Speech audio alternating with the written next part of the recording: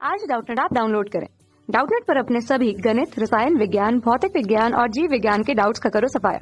बस प्रश्न की फोटो खींचो, एक ही प्रश्न को क्रॉप करो और तुरंत वीडियो सोल्यूशन पाओ। अभी डाउनलोड करें। नमस्कार दोस्तों, हमारा प्रश्न है कि दोस्तों यहाँ पर हमें प्रश्न में पूछा गया है कि निम्नलिखित यौगिकों के बढ़ते क्वथनांक के क्रम में इसे व्यवस्थित कीजिए। ठीक है, तो हमें दोस्तों यहाँ पर हमें 3 यौगिक दिया गया है और हमें इसके बढ़ते हुए क्वथनांक के इसके सही क्रम में व्यवस्थित करना है। ठीक है, तो सबसे पहले दोस्तों हम जानते हैं कि ये जो हमारा यहाँ पर बोला गया है क्वथनांक के बारे में। ठीक है, तो दोस्तों हम जानते हैं कि क्वथनांक जो है वो हमारा किस पर निर्भर करता है दोस्तों, वो हमारा जो क्वथनांक है वो हमारे अणुभार पर निर्भर करता है।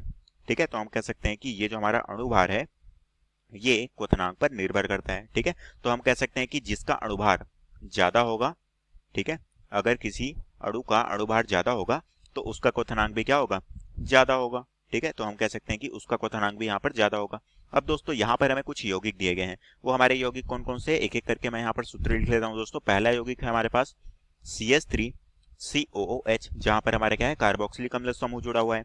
ठीक है, दूसरा जो दिया गया है दोस्तों, दूसरा जो हमें दिया गया है वो है हमारे पास इस तरह से संरचना CH3, यहाँ पर है CH2 और CH3, तो ये हो गया हमारा CH2, ये हो गया हमारा CH2 और क्या है CH3, इस तरह से। और उसी तरह से दोस्तों तीसरा जो यौगिक दिया गया है वहां पर है हमारा एल्कोहल, जो कि OH क्रियात्मक समूह जुड़ा हुआ है इस तरीके से। ये हो गया हमारा CH2, ये हो गया CH2 और यहाँ पर है हमारा OH। ठीक है, तो ये दोस्तों ये हमारे 3 यौगिक यहाँ पर दिए गए हैं और हमें इनका क्या है, क्वथनांक के बढ़ते हुए क्रम में इसे व्यवस्थित करना है। हमने दोस्तों यहाँ पर देखा कि जिसका अणुभार ज्यादा होता है उसका क्वथनांक यहाँ पर ज्यादा होता है। अब दोस्तों हम जानते हैं कि ये जो तीनों हमारे हैं, ठीक है, इन तीनों का अणुभार दोस्तों समान है। ठीक है, तो हम कह सकते हैं कि ये दोस्तों ये जो हमारा कार्बोक्सिलिक अम्ल है इसका अणुभार यहाँ पर क्या हो जाएगा, इसका अणुभार यहाँ पर हो जाएगा हमारा, जो कि होता है हमारा एसिटिक अम्ल के नाम से जानते हैं। तो इसका अणुभार यहाँ पर कितना होता है, वो होता है 60। उसी तरह से इसका भी अणुभार होता है दोस्तों हमारा 60 और उसी तरह से इसका भी होता है 60। तो दोस्तों यहाँ पर तो हमारा अणुभार तीनों में समान है, तो हम कैसे पहचान करेंगे कि कौन सा हमारा क्वथनांक किसमें ज्यादा होगा।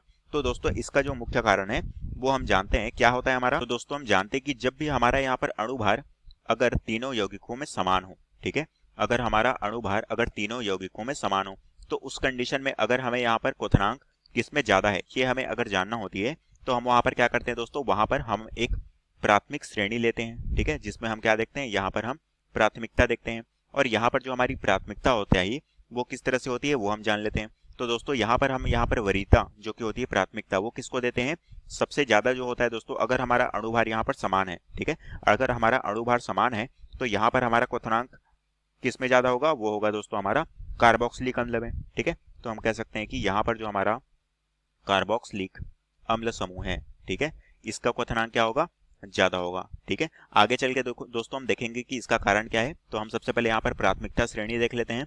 तो सबसे ज्यादा क्या होगा, कार्बोक्सिलिक अम्ल का होगा अगर समान अणुभार है तो। ठीक है, उसके पश्चात हमारे किसका होता है दोस्तों, उसके पश्चात होता है हमारा एल्कोहल समूह का। ठीक है, तो वो हो गया हमारा एल्कोहल समूह का। और उसके पश्चात हमारा क्या होता है, उसके पश्चात होता है दोस्तों हमारा एल्केन समूह का। ठीक है, तो ये होता है दोस्तों हमारा सही क्रम।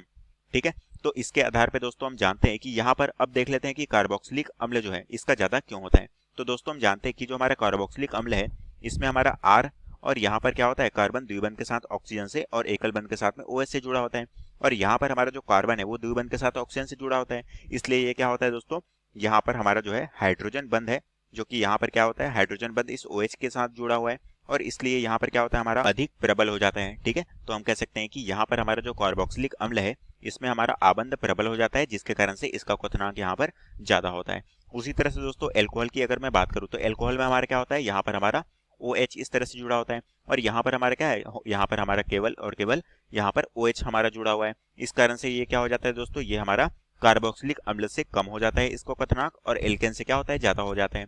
ठीक है, और एल्केन में दोस्तों हमारी क्या होती है, एक कार्बन की सीधी श्रृंखला होती है, तो इसलिए इसका क्वथनांक क्या हो जाता है, इन दोनों में से कम हो जाता है। ठीक है, तो हम कह सकते हैं कि यहाँ पर हमारा जो क्वथनांक का क्रम है वो हो जाएगा कार्बोक्सिलिक अम्ल, एल्केन, एल्कोहल, उसके बाद एल्केन। ठीक है, तो इसी तरह से दोस्तों हम यहाँ पर इनका सही क्रम बना लेते हैं, सही क्रम।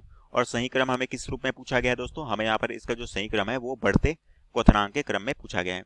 ठीक है, तो यहाँ पर हम बढ़ते क्वथनांक, ठीक है, यहाँ पर हम बढ़ते क्वथनांक का सही क्रम देख लेते हैं। ठीक है, तो बढ़ते हुए क्रम में हमें देखना है, मतलब कि यहाँ पर हमारा जो सबसे ज्यादा क्वथनांक किसका है, वो है दोस्तों हमारे पास यहाँ पर कार्बोक्सिलिक अम्ल का, जो कि है CH3COOH।